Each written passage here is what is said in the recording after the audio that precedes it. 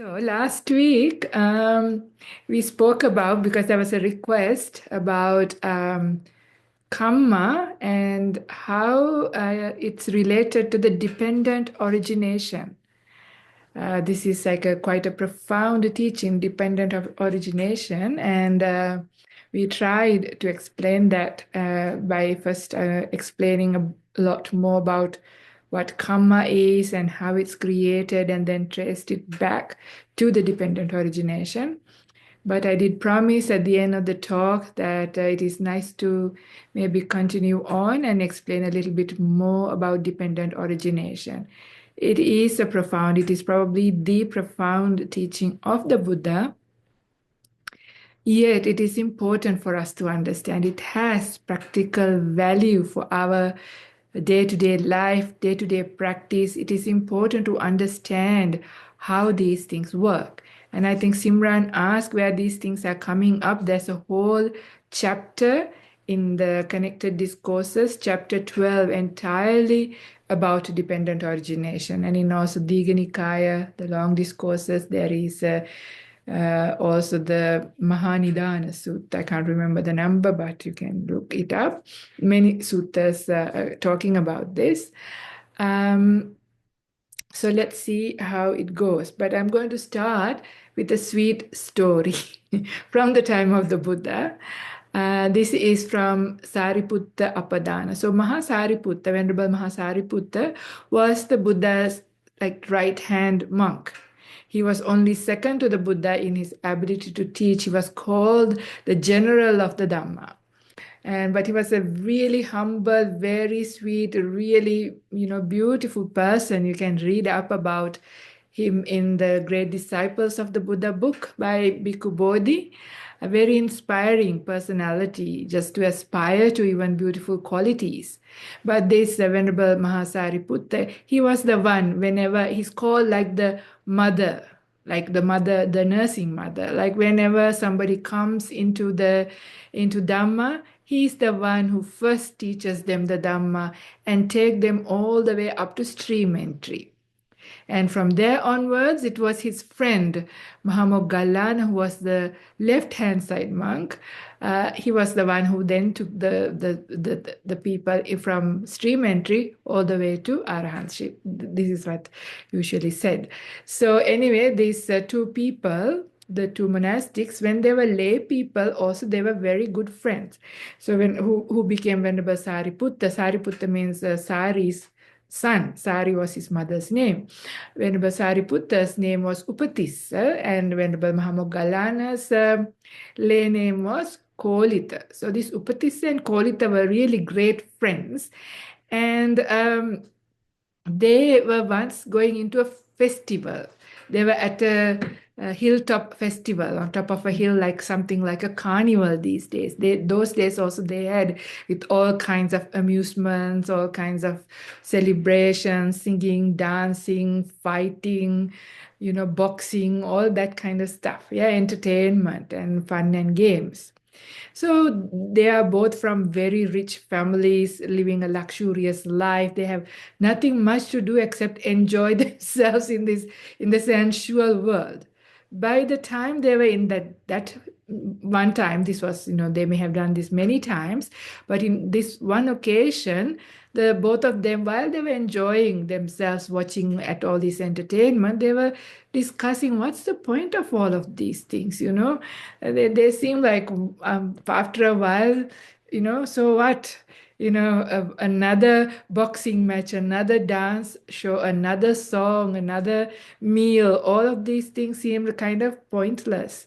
So they both wanted to sort of find something more meaningful about life. What is the meaning? What is the purpose? What is this thing, and find a solution, because they realize underlying all of these fun and games is a form of suffering. It is all unsatisfactory, so they saw that this is not a solution. This is like a temporary kind of entertainment or a temporary kind of pleasure But beneath it all, there is an unsolved problem here, and we want to find a solution. So then they thought, okay, let's leave our lay life and let's go and become ascetics, wanderers, and try and look for a good teacher. So they decided, in order to maximize their ability to find, because those days there was no Google or ChatGPT or anything like that, so it wasn't so easy. They have to sort of walk and find somebody. So it was not an easy task. So they thought, okay, we'll go in different directions, and if any one of us find somebody and some good teachings, then they will bring it back and find the other friend. Maybe they decided which kind of direction they are going, so that there was a way to find each other. So while they were traveling by themselves, this Upatissa, he saw a monastic, a Buddhist monk called Assaji, Venerable Assaji, who was at that time fully enlightened, an arahant. And Assaji was, his deportment was very peaceful, like the way he was walking on arms. He just saw him going on arms. Somebody's very serene, very held himself together, peaceful, looking kind and gentle. The way he walked, the way he did everything seemed very inspiring, quite different to everybody else he had seen. So Upatissa sort of gently followed him behind, almost, what do you call that? Anyway, following somebody.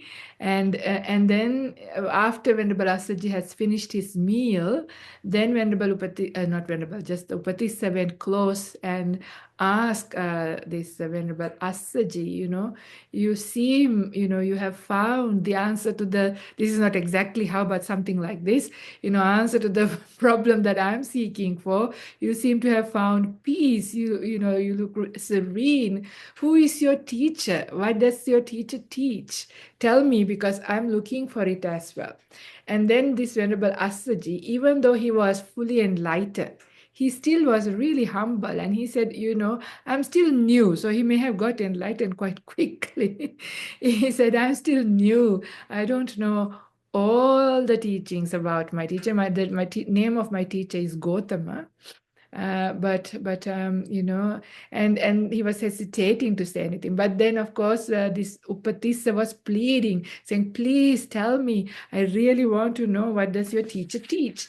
And then at that, Venerable Assaji says, just one verse, really simple one verse. I'm going to say it in Pali because it's such a beautiful verse. I believe this comes up in Dhammapada, but it is also definite in Sariputta Apadana, in a few other places, also in the Vinaya. It is called Ye Dhamma Hetu Pabhava Te Sanghetu Tathagato Aha Te Sanchayo Nirodho Evang Vadi Maha Samano. So, ye dhamma hetu pabhava. So, all of these dhammas, all of these things, everything, pretty much, all. So, mostly talking about the mind, right? The mind is what perceives everything. So, all mind states, emotions, feelings, everything, pretty much, everything arise due to a cause and condition, hetu. Yeah, it arises. Pabhava means arise. All these dhammas arise based on causes and conditions. And the Tathagata, the Buddha, my teacher, explains, reveals the causes and conditions of what gives rise to all of these dhammas. And then the Buddha also says, Te sanchayo nirodho. So when those causes and conditions cease, and also says, how does it come about? And that is what the teaching of the Buddha. So the Buddha technically says that everything, suffering or any mind state, all of these things arise due to a cause and conditions. And when the cause and condition passes away, those dhammas passes away, and he explains how it is done. Yeah, so in brief, that is what Venerable Assaji says, and according to the stories, it says that when the Upatissa heard the first two lines, that is just understanding that all things are conditioned, arise from cause and condition, when he just heard that, it says that he became a stream winner there and then. So probably, they may have had a past practice. They may have practiced under a past Buddha and, come very close to just miss the boat almost, which is why, they had quite, well-developed wisdom faculty. Just hearing that everything is arisen through causes was enough for him to become a stream winner. That's what the story says. Then he was so delighted, and then he goes back and tells his friend Kolita, and it says that Kolita got stream winning after hearing the full verse. But whatever it is, after that they go and find the Buddha and become monks, and then there's a story. So, but you can read the rest up. But what I wanted to bring up here is this idea of causality. How beautiful it is. It is the central teaching, even though Venerable Asaji said that he still knew and stuff, but because he was an arahant, he knew the essence of the Dhamma, essence of the Buddha's teaching. So in this verse, the real essence of the Buddha's teachings is captured. It's that the idea that everything arises due to a cause, and when the cause cease, all the conditions cease. So this is also called the middle way. It's another very profound thing I'm going to say in a very simple manner here in the Kacchanagotta Sutta. The Buddha, not the Buddha says, there was this idea at the time of the Buddha in India, there was one school of thought thinking that everything exists completely, permanently, everything exists. And another school of thought was in nothing exists, right? So there was these two schools and they couldn't come to agreement, right? So that was there. And the Buddha says, when somebody sees, the arising of existence, then you can't say there is no existence. But when you see the passing away of what have existed, then you can't say everything exists either. So based on causes and conditions, things arise. But when the causes and conditions cease, what has arisen passes away. So this is his middle way of explaining how the world comes to be, how we come to be, how our minds come to be, what samsara is, and how it can be ended as well, causes and conditions. So dependent origination is also referred to as the middle way. Noble Eightfold Path is the way, like in the sense the actual practice, but the understanding, the logic behind it, or the philosophy, or the workings of it is in this formula called dependent origination. And it is traditionally given as 12 links, but there are also shorter versions where some links are not there because some are just assumed. And so lesser versions are also there, but traditionally there are 12 links to this dependent origination. And last week I mentioned quite a bit, but I'm going to also now start a little bit about what happened. How did the Buddha discovered the dependent origination? Now, if you want to read about this, the longer version, you can read in Connected Discourses, that is Samyutta Nikaya, chapter 12, Nidana Samyutta, Sutta number 10, Gautama the great Sakyan sage. So I'll read not the whole thing maybe, but I'll read part of it just to show what happened. Because before my enlightenment, while I was still a bodhisattva, not yet fully enlightened, it occurred to me, alas, this world has fallen into trouble in that it is born, ages, and dies. It passes away and is reborn. Yet it does not understand the escape from this suffering, headed by aging and death.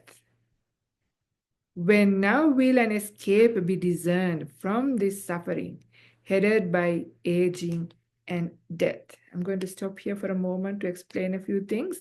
The word bodhisattva comes up here. In the Theravada school, in the Pali Canon, the word comes, bodhisattva is always referred to the Buddha talking about himself before his enlightenment, that last life as Siddhartha Gautama, just before his enlightenment. So Bodhi means awaken, Satta means the being who is intent on awakening. So he calls himself somebody who's intent on awakening, but not yet awakened. So he calls Bodhisatta.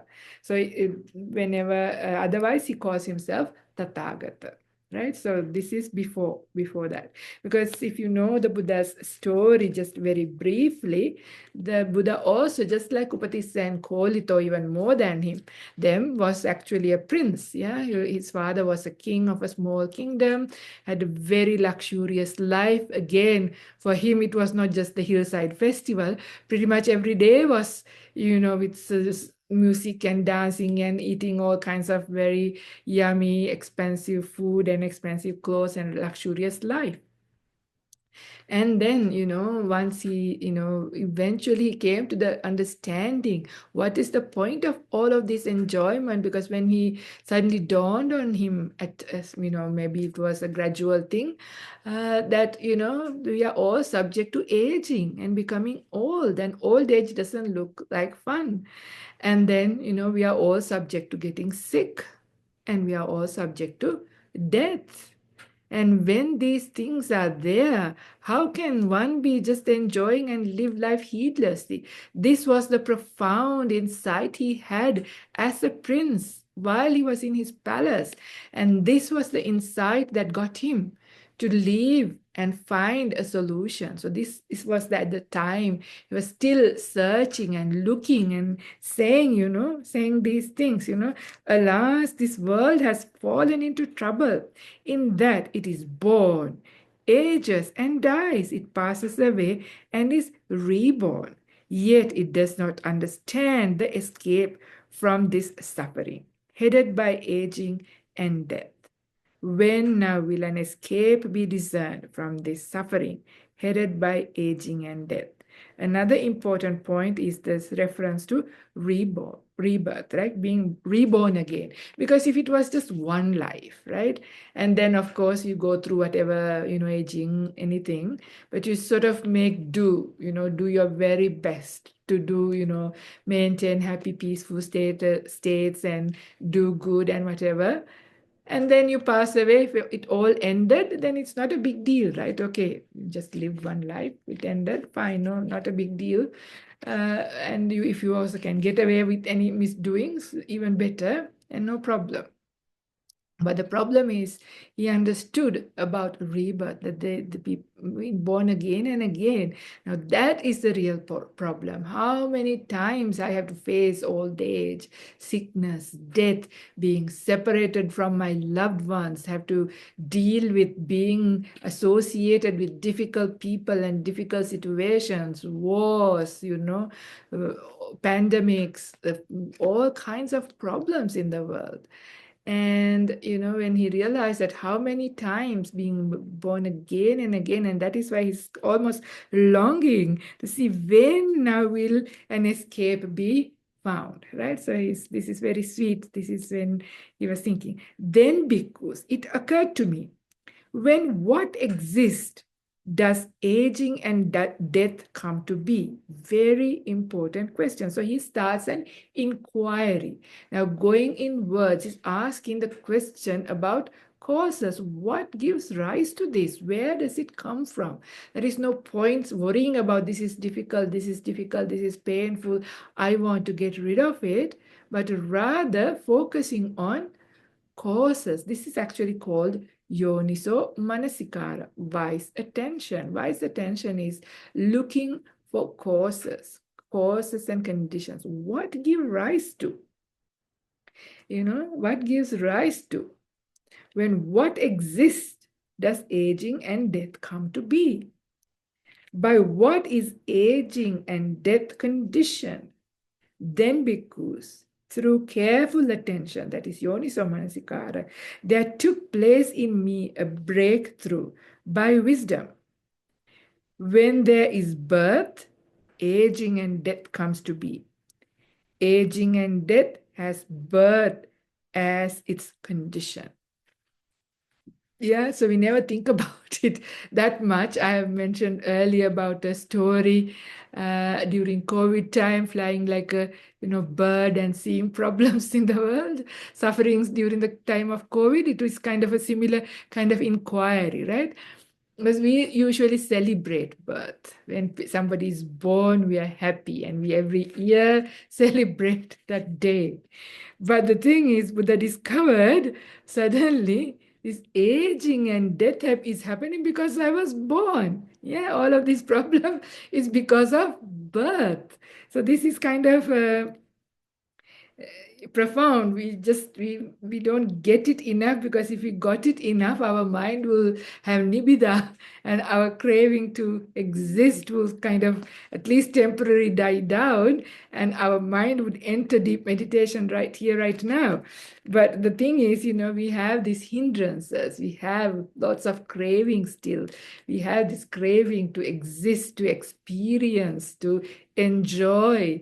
So we have so much desire that it covers it up. Yes, yes, I know there's a problem, but you just brush it off. That's our problem. But anyway, so the Buddha, to be realize, okay, this is the issue. Yeah.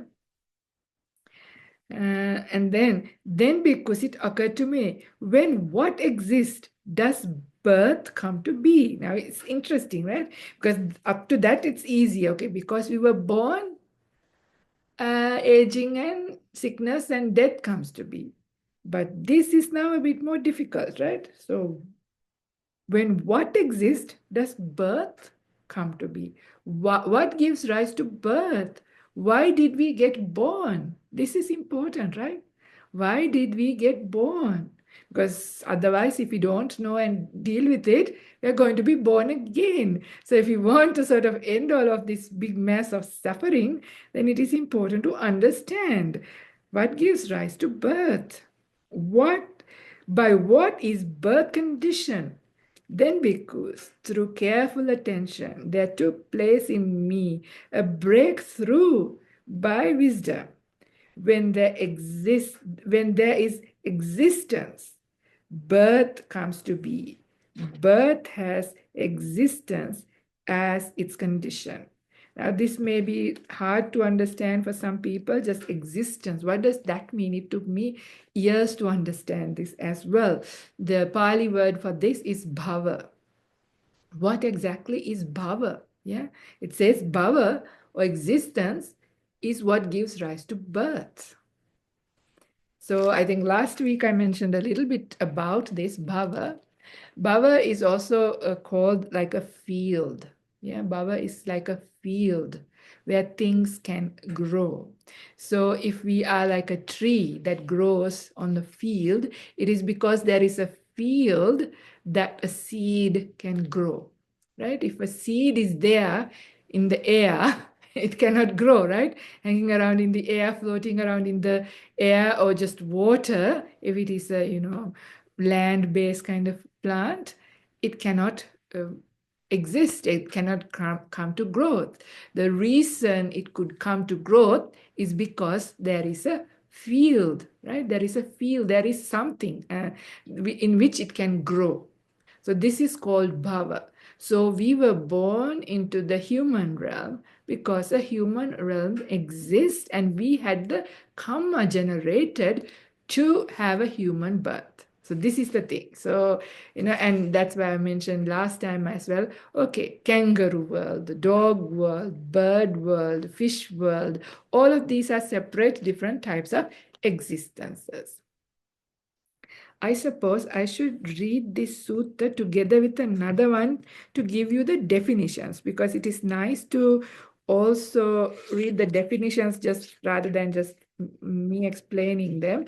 So you get to hear the Buddha's definition itself. And this is a good place as well, because this is the more complicated one, but I'm going to also give the definition of the previous two as well, so that it is complete.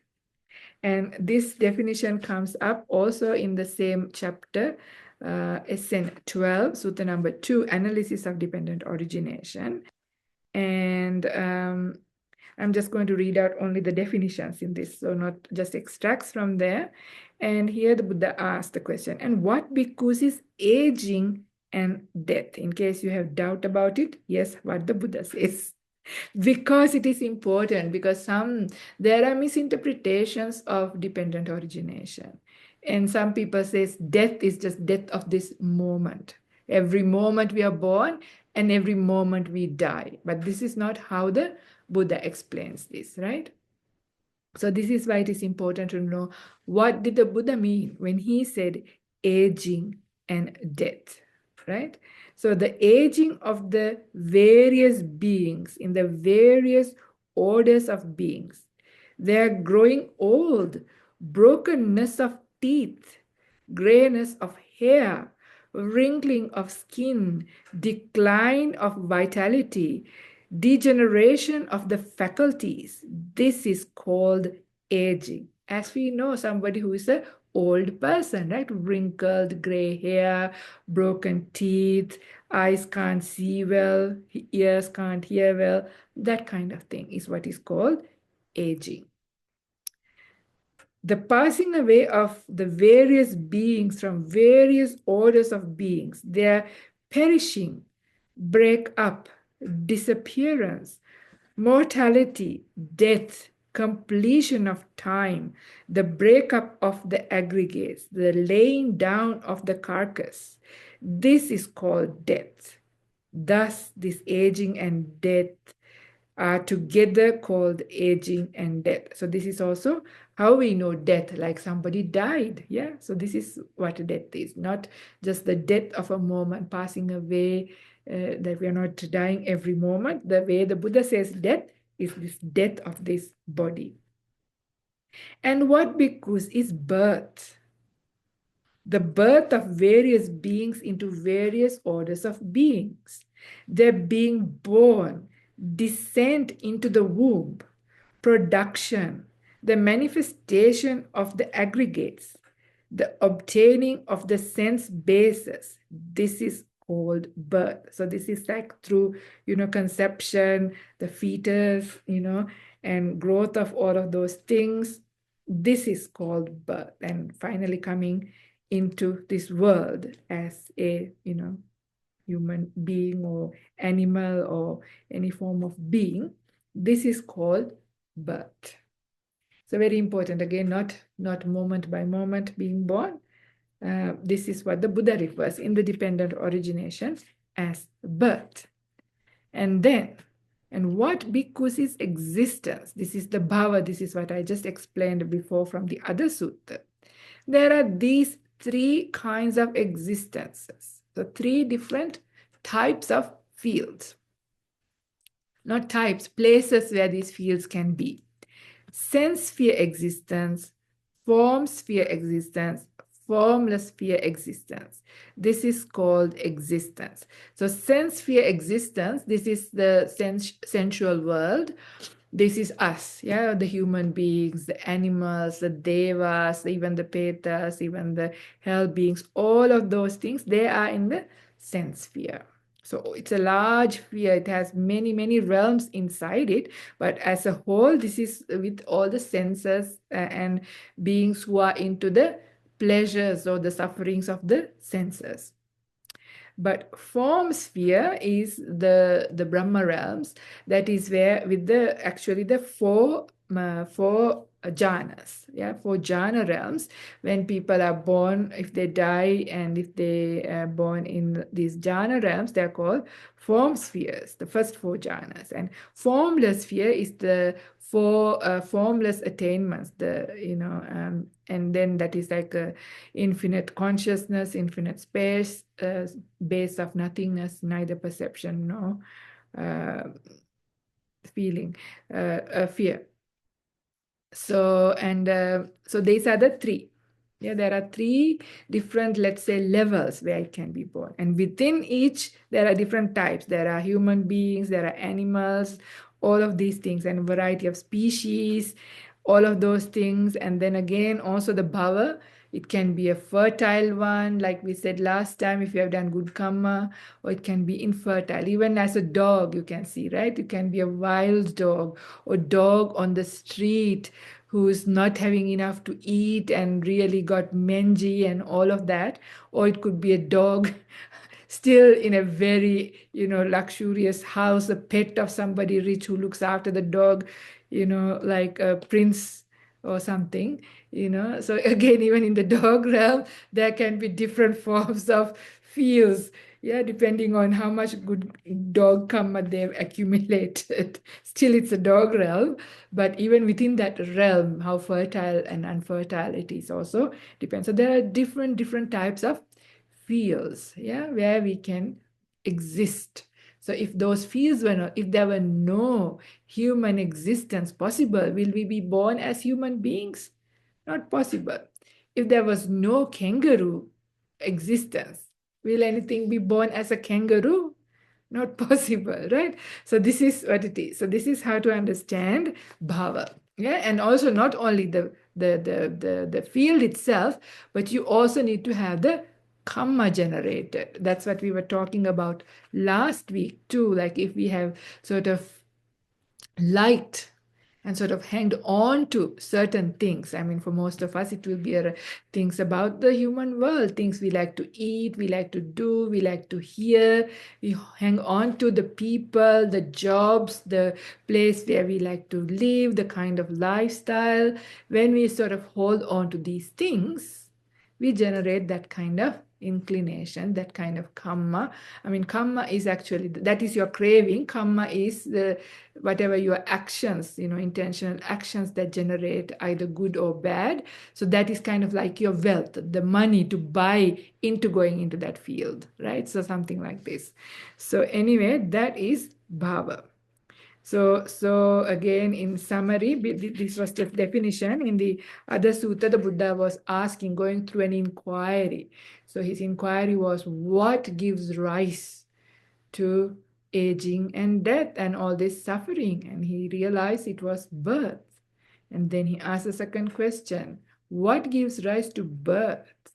And then he realized with his wisdom, powerful wisdom and insight, that it is the bhava, yeah, the existence cause birth to happen. And then,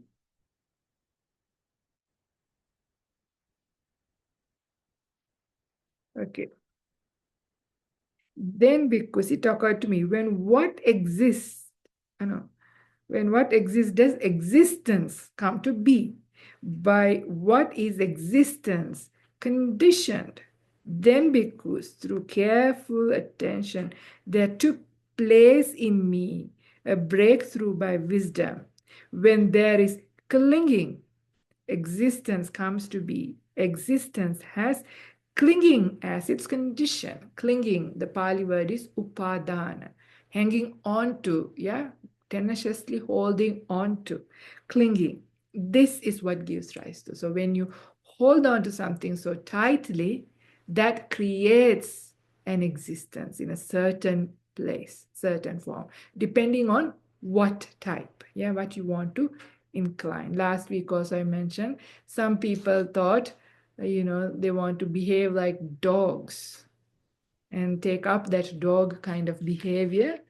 And they thought that will get them enlightened. And they asked a question, and the Buddha said, if you sort of incline your mind towards that and try to live like that and hang on to that kind of, next life you will be born as a dog. If you did like a cow, you will be born as a cow. So this is just explaining that again.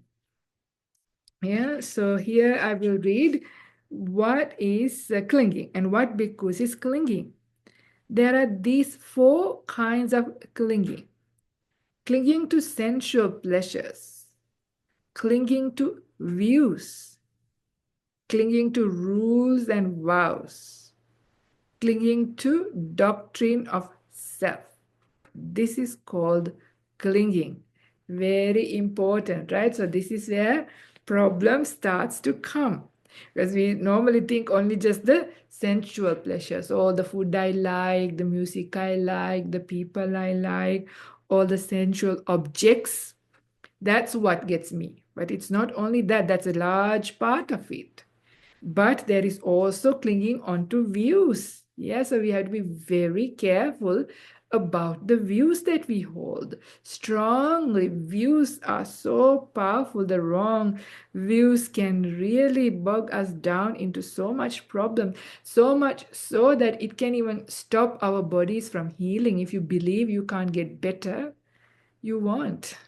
Yeah, so it's that strong. The views can be so strong, it can take you in all kinds of directions. Yeah, so clinging onto views very strongly also is what creates that existence.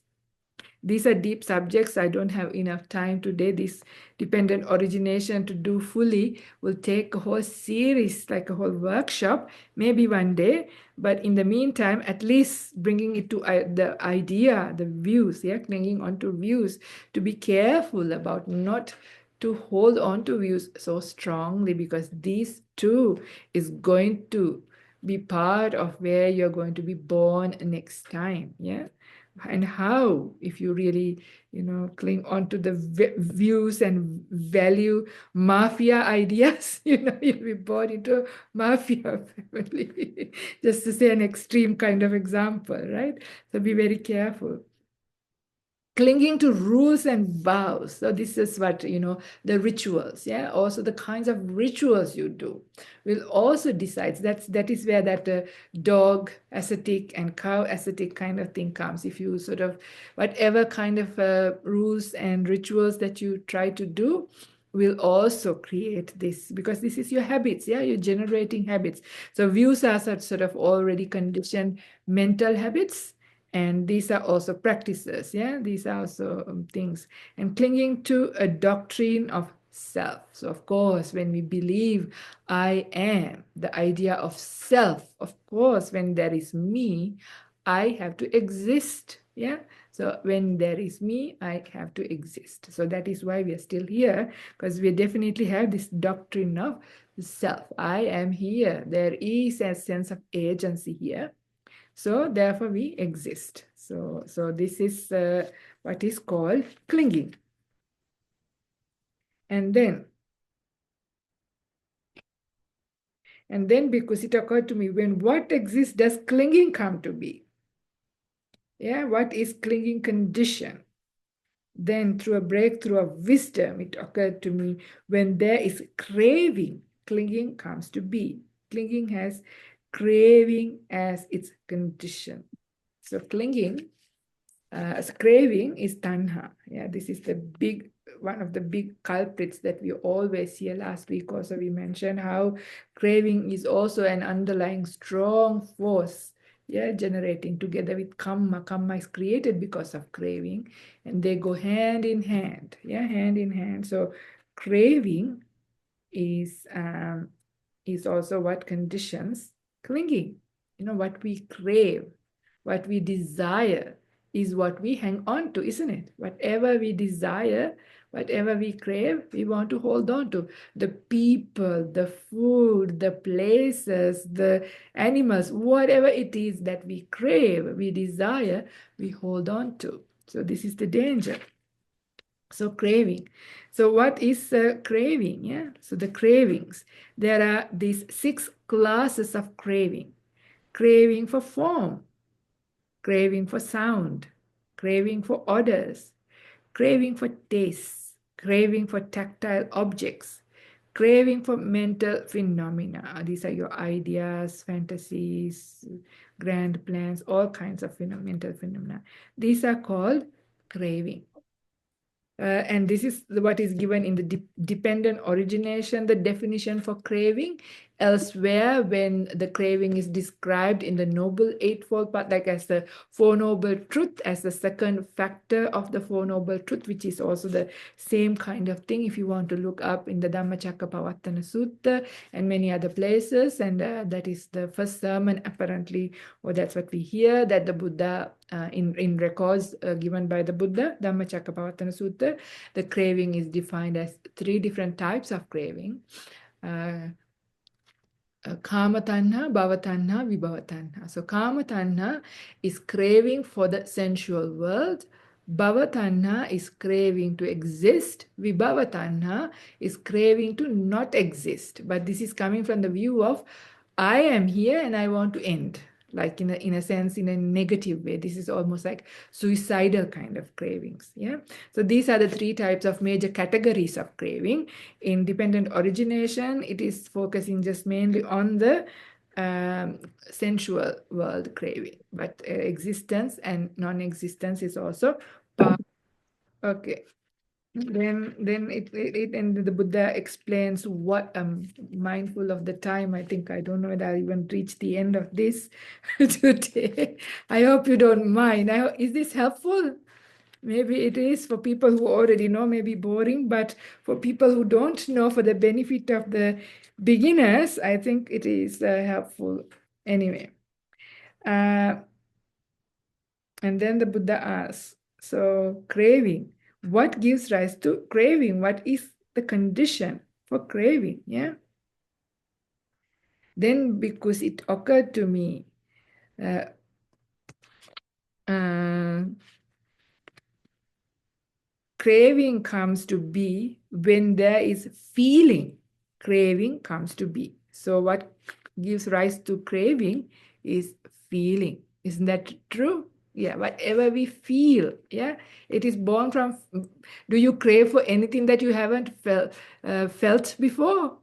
Do you crave for Eskimo food if you haven't eaten before Eskimo food? Or some other kinds of things that you haven't experienced? Do you crave for those things? You don't, right? Because you don't know what it is. You only crave for things that you have felt. Anything that you have felt, that is what you crave. But of course, do you crave for everything that you feel? Not really, right? So craving is a sufficient condition, but it is not the only thing, right? Because not all things that you feel. So feeling is a sufficient condition, but it is not just it, because not all things that we crave for, we feel we crave, because certain things that are unpleasant or neutral, we don't crave. Even some pleasant things we may not crave, but I mean, craving comes from feeling. Without feeling, there is no craving. So this is what is important. So craving comes to be because there is feeling. Now, to speed up the process, instead of reading the whole sutta, because it's the same format, it takes too much time. So then the Buddha asks the question, so what gives rise to feeling? Yeah. So what gives rise to feeling? And let's see what feeling is. What feeling is, the definition is important to read out the definitions. Yeah. Feeling, there are 6 classes of feeling. Feeling born of eye contact, ear contact, nose contact, tongue contact, body contact, and mind contact. So there are 6 types of feelings, not anything apart from that. That's all the feelings that you can have. There are 3 types, in the sense these are the 6 different classes, but there is the pleasurable, painful, and neutral feeling. So that's the level of feeling, and this is the types of feelings. Then the Buddha asks a question. Okay, so feeling is what gives rise to craving. Craving gives rise to clinging. We hold on to things that we crave, and whatever we cling, then we create bhava, an existence in a certain way. We are established, we have created karma to go in there, and when we have that, we can't stop but be born again. Yeah, so birth happens, and when we are born, old age, sickness, death, and the whole mass of suffering comes to be. So feeling, it's interesting, right? Can you not feel? It's hard, right? So the Buddha asks the question, what gives rise to feeling? And what gives rise to feeling is contact. So when we contact the world, that is when we feel, isn't it? So right now, what can you taste? So when I asked that question, you gave attention to your tongue. You contacted, yeah, tongue and whatever flavor in your tongue, taste buds, and you could feel the aftertaste of your dinner, maybe, or your cup of coffee, or whatever it is, yeah. So when you contact, then that's what you feel. So if I ask you to turn your head to the right and see what you can see, then you contact the right side of your room wherever you are, and then you get a feeling neutral, or you see something exciting, you maybe see a spider and get scared, whatever it is. So that is contact, right? Whichever sense base, and it's a object, and you're giving attention to it, that is called contact. When you contact, that consciousness for the eye or the ear, depending on which base, arises. And when that happens, you feel whatever you contact. So contact is what gives rise to feeling. And then the Buddha asks, so what gives rise to contact? How does contact come to be? And he then discovered contact come to be because we have an eye, we have an ear, we have a nose, tongue, body, and a mind. When we have these six sense bases, we can contact. Contact happens. Yeah, we can't even stop. Can you close and shut down your ear? Not possible, right? Not possible. Okay, Janice has a hand on. Do you want to say something, Janice? Or is it a mistake? Not sure. Anyway, so contact comes because of sense bases. So we can see we are pretty stuck, isn't it? When we have eyes and ears and all these sense bases, we make contact. When we make contact, we feel things. When we feel things, whatever we like, we crave for these things. Whatever we dislike, we crave not to have them. So either way, it's a form of craving, running towards or running away from these things. When we crave, whatever we crave, we hang on to. Whatever we hang on to creates that existence, a place to be, like a form. We are established in that, what we hold on to. And when that is there, birth is impossible. Yeah, it is, birth is unavoidable. So when birth happens, then old age, sickness, death, all this mass of suffering comes to be. So what to do? So then the Buddha asks a question. What gives rise to the sense bases? How does sense bases come to be? And the answer is when there is Nama Rupa. Now, that is a really profound and unusual thing, right? Even it goes as Nama Rupa. But sometimes the translation goes as name and form or body and mind. For simplification, you can understand it as body and mind, even though it's not accurate, but it's okay. Yeah. When there is a body and a mind, then the sense bases come to be, because a tree doesn't have sense bases, right? A stone or a rock or a mountain doesn't have sense bases. So it's not just form, it's not just a body, because rupa is the one aspect, nama is the other aspect. So when there is these two things, that is when the sense bases are there. Also, it's not a dead body, right? If it is a dead body, it's only form. There is no nama aspect. There is no mind there. So mind and body. When there is a mind and body, then there is sense faculties. Dead ones are not considered because they can't make contact, right? If a body is dead or if it is a stone. So mind and body in simple form is name and form. So when that is there, technically this being, yeah, when we have a body and mind, then the sense faculties are there.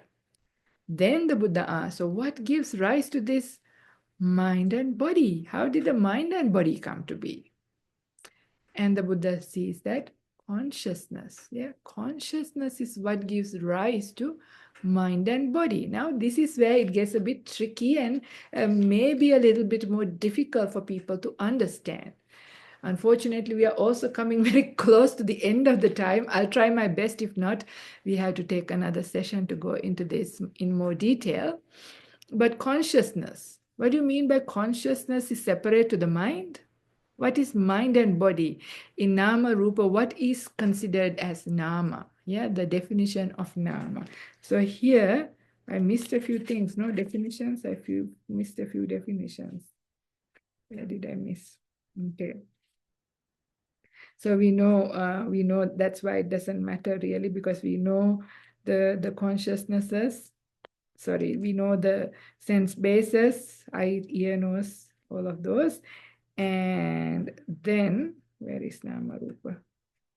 Name. And what bhikkhus is name and form? Feeling, perception, volition, contact, attention. This is called name. Vedana, Sanya, Chetana, Passa, Manasikara. So feeling, perception, volition, contact, and attention. These are all functions of the mind, right? So these are different aspects, abilities of the mind. The mind is what can feel. You have to have a mind to be able to feel and know things. Yeah, Vijanati. The mind is called Vijanati, means the thing that knows. Yeah, consciousness is called Vijanati, but that is why consciousness is Vijanati, but the mind has all these aspects. Yeah, mind can feel, mind can perceive, mind can have intentions, volition. So that's how karma is generation. Mind is what contacts things. Mind is what gives attention to things. So that is what the nama is. Yeah. So all these aspects and form. Form is all the elements. Yeah. The four great elements and the form derived from four great elements. This is called form. That is, earth element, fire element, water element, and air element.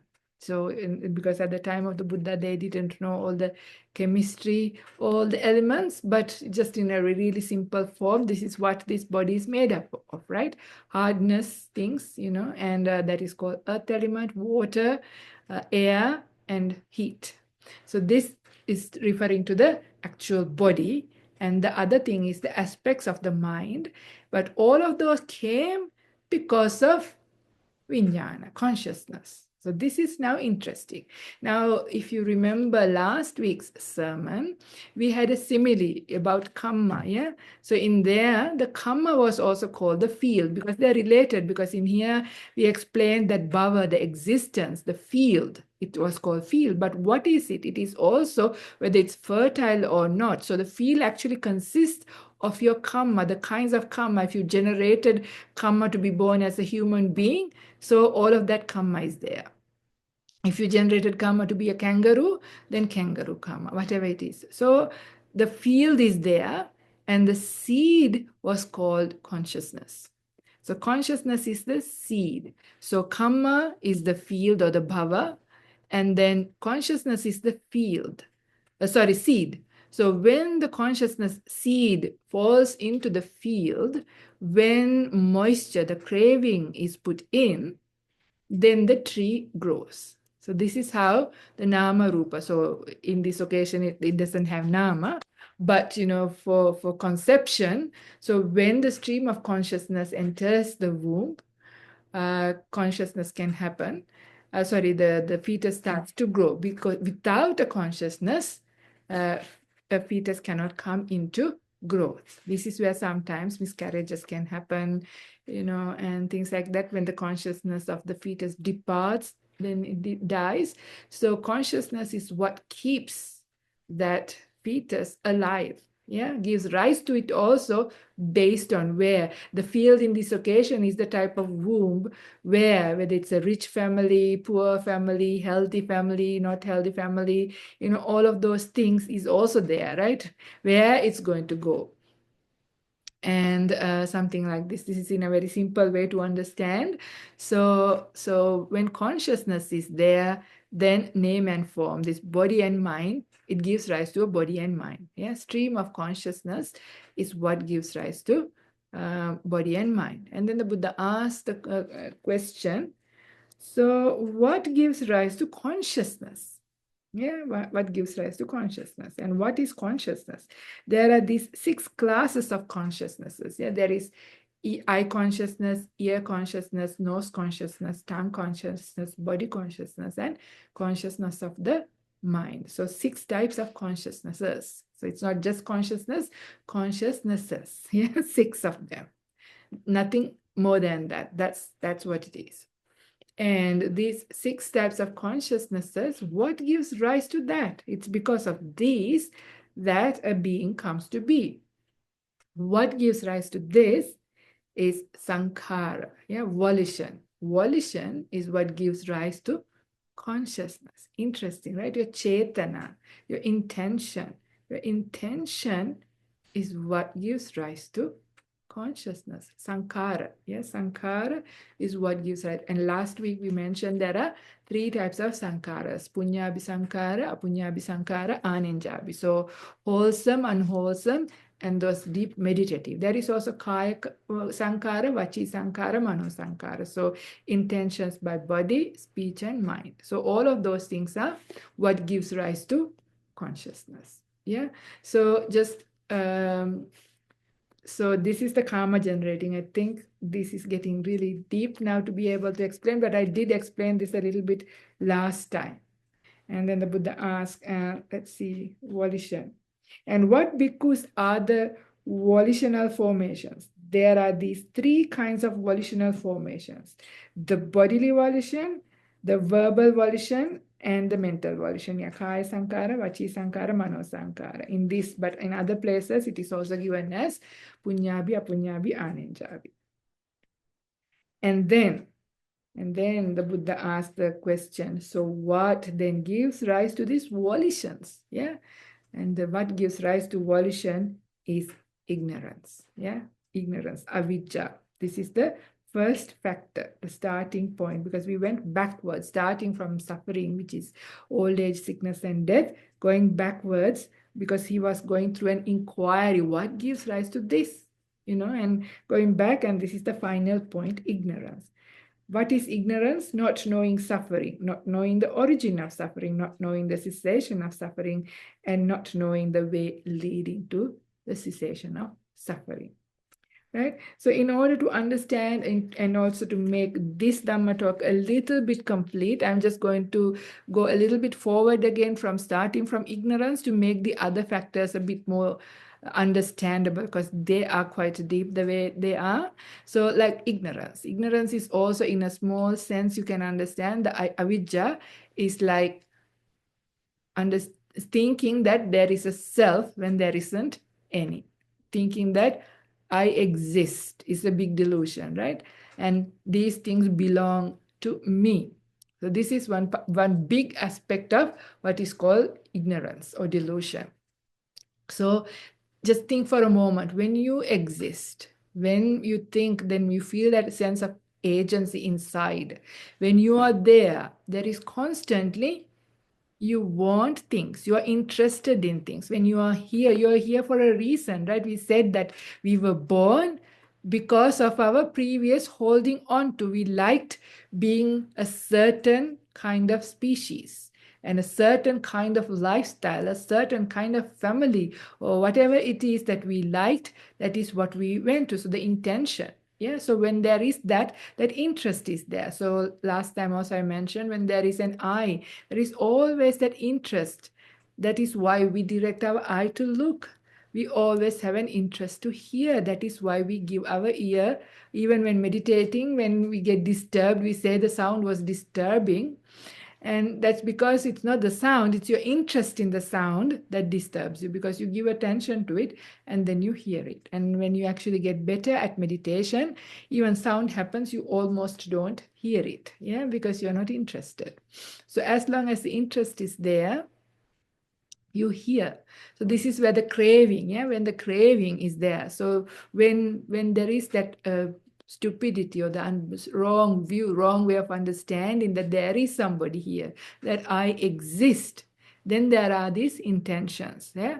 Following our intention, we do actions by body, speech, and mind in order to get what we want, because we have cravings, we want things in order to, so we intend, yeah?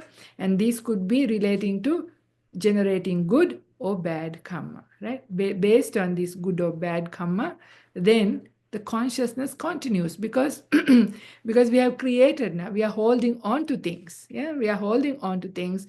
So the consciousness is kept up. It is not a solid thing.